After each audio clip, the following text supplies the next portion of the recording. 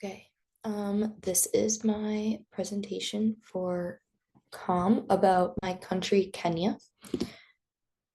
Let's see. Okay.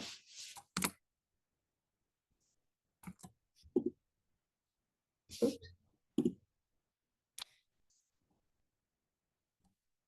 Okay, so first I'm going to go over a little bit of the food and culture of Kenya, some of their traditions, and then I'm going to continue to the communication style, conflict style, and then the cultural dimensions.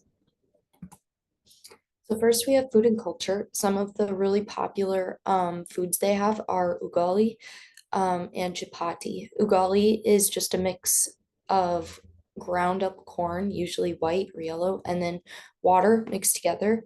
And it's just eaten more as a side, but it's definitely a staple to all their meals. It's eaten with everything. It's a very bland thing, as chapati is too, which is made out of flour and water.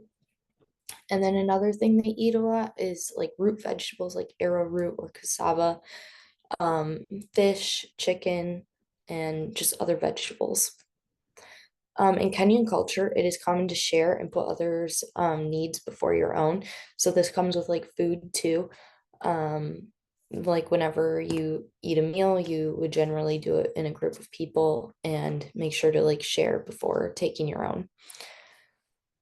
Family is another very important thing in Kenya that again, like most people share meals with their family or close friends. And then after some meals, there's traditional dance or song that they partake in, as long as like, as well as like sharing like chai tea, which is very popular there too with the group of people that's there. Now we have communication. So first is proxemics. I think there's supposed to be a picture here. Sorry, that didn't load. Um, So proxemics, it is very typical to stand at about an arm's length away. If you know the person better or have met them many times, it's common to greet them with a hug or um, be a lot closer than just an arm's distance away. Different from also like politics or business, then you would maybe just stay at an arm's length away or a little bit more, but it can be rude to stay or to be farther away than that too. It kind of shows a sign of disrespect. Hepatics, physical touch, sorry, is not very common among Kenyans, unless they're close friends or family. So kind of like I said before, if you know them really well or they feel comfortable with you, then like maybe they'll give you a hug or something, but otherwise not a lot of physical touch. Kinesis, it is very common to shake hands or give hugs when greeting people if you know them well. Paralinguistics, generally Kenyans are very polite and respectful when they speak, but when debating certain issues or topics, they can get very passionate in a good way, not any sort of bad way. It's very respectful. They just like maybe their voice gets louder or something and they're more expressive. Um, chronometric, chron, chronomics. Kenyans are not usually in a rush getting to certain places, and they always value time with people over like getting to a business meeting or something like that, for example. Communication. Oh, I just did that. Okay. Conflict styles. So their conflict style is high context and indirect. So an example of high context would be not yelling or not telling someone what to do directly. And then this also has to do with indirect, but going like maybe having a mediator or telling a story about something that happened in the past to explain like what's bothering you now. And hopefully they like pick up on that or something. Um, or using different like body language or tone of voice to convey a message to people. I'm going to go over the three cultural dimensions of Hall, Hofstede, and Trompner. So Hall's dimensions, the first one is high-low context. So Kenya is very high context culture. They prefer to avoid confrontation, and they speak more with their body language and the context behind what they are saying rather than just saying exactly what they mean, which is very different from the US and how we do it there, where we just want to be very direct, get to the point, that kind of thing. And then we have monochronic versus polychronic.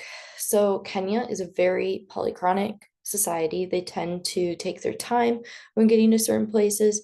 Some people like go there and they call it like you're on Kenya time now, because people just take so long to get places, or you say you're going to show up at one point and you maybe get there like 20 minutes later, but that's totally normal.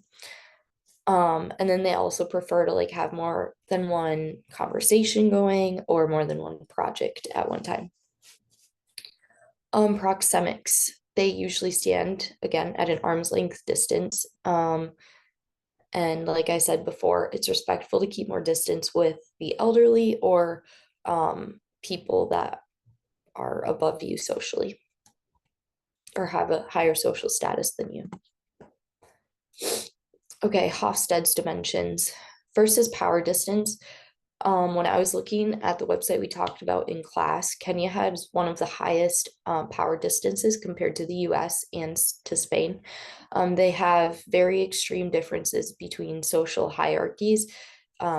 There's very poor people, and then just like right across the road, there can be like a very wealthy community. And people understand where they are in that society and they expect to be treated at that level. And they don't really like question the hierarchy a lot either.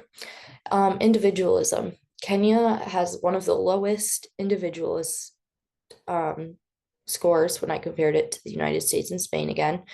It is very collectivistic and or collectivist, and they consider their close group of people to be their family, whether they're really related or not. It could just be like really close friends, or you know them so well that they're like, oh, you're family now.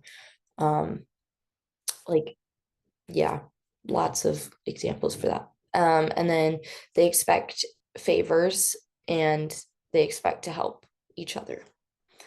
Motivation. Kenya is almost tied with the United States when it comes to motivation towards achievement and success. Their schools have very common themes of striving to do their best and working hard, and they're very proud of their achievements. This is something I could relate to a lot just in like high school and college, needing to like get your work done on time, and you're always like striving to do better and better and meet those goals that you have for yourself. Uncertainty avoidance with a score of 50 out of 100 for Kenya, and it was kind of close to the US. The US was at 46, and both of these differ a lot from Spain, which was at 86. And people in Spain like to know what is always like going on, whereas Kenya and the US, people kind of just accept things. They're like, well, I don't really need to know what's going on. And they don't really like get into other people's business, maybe, if that would be a way to explain it. Not that that's always a bad thing. I didn't mean it to be that way. And then long-term orientation. Kenya is a very tradition-oriented culture, and they tend to think of the long term, or instead of thinking about the long term, results, they focus on the issues in that moment and like what they can do right now to fix them, instead of like how this might affect something further down the road. Trompner's dimensions. So first we have universalism versus particularism. Kenya is more of a particularist culture, as many of the reasons people succeed in what they do is because of the people they know. So that could mean like getting a job just because your family has ties with the boss. Basically just different things like that. It's who you know more than what you know, which is unfortunate in some circumstances, I guess. Individualism versus collectivism. Kenyans share a very high collectivist score, as they're very community oriented and value family over everything. They always help each other, like I was saying before. They're always very welcoming of people, very community driven. Neutral versus affective. Um, Kenya is a very expressive culture, making it an effective culture. Although in certain more formal situations, they tend to be more reserved. And achievement versus ascription. Most of Kenya's social positions are based more on who you are as a person, um, and not as much the work you do, which makes it ascription. So that's kind of similar to particularism, except it's more based on your personality and who you are rather than particularism is who you know. And then continued specific versus diffuse. Kenya tends to be more of a diffuse dimension, placing personal relationships first, like I said, over business, and how people know um, you at work is usually how they know you in your personal life too. There's not a huge difference between that. You don't like go from your work friends to your like family friends, kind of all tied into one. And then sequential versus synchronic. Time is very flexible in Kenya, which makes it synchronic more than sequential, like the US, where, sorry, in the US, you must be very prompt and efficient with your time. And then that differs from Kenya, where you might have like more than one thing to attend to. Um, and that's okay. And talking to people and taking your time with that is always more important than getting to where you need to be. And then lastly, inner directed versus outer directed. Similar to the synchronic dimension, Kenyans are more outer directed. For example, if something like anything were to happen in many contexts, the situation would be blamed over the people. So it'd be more like, oh, like this bad thing, like the weather happened, and that's why my car stopped working or something. Like it was raining, not I went off the road, it was the rain that did it. Oops. And thank you. And then there's some of my resources.